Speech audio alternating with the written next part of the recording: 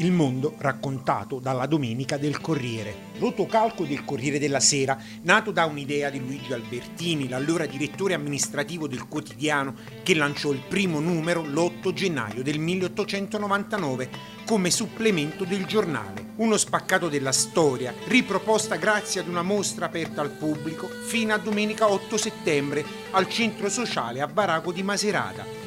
A presentarla Graziano Fabris, che ha aperto la sua collezione per mostrarla ai giovani, alle generazioni che non hanno potuto godere delle copertine di Achille e Beltrame, e dopo Walter Molino, gli antesignani che a quel tempo, a differenza di altri settimanali dell'epoca, utilizzarono disegni e fotografie per illustrare un avvenimento. Intanto diciamo che una volta emergeva l'amor patrio. Infatti qui ci sono circa 300 illustrazioni, ma mi sembra 106 avevano la bandiera italiana bene in vista.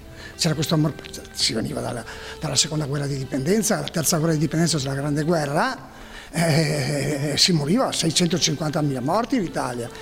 Quindi c'era questo amor patrio, c'era questo rispetto, la gente si salutava, la gente cantava. Oggi non si saluta più nessuno, non si canta più. Nel salone esposte 302 copertine dal primo numero disegnato da Beltrame, che raffigura una tempesta di neve nel Montenegro, idea nata perché Vittorio Emanuele di Savoia, erede al trono, aveva appena sposato Elena di Montenegro alla conquista del K2 a Giuseppe Verdi. Questa è la destalinizzazione.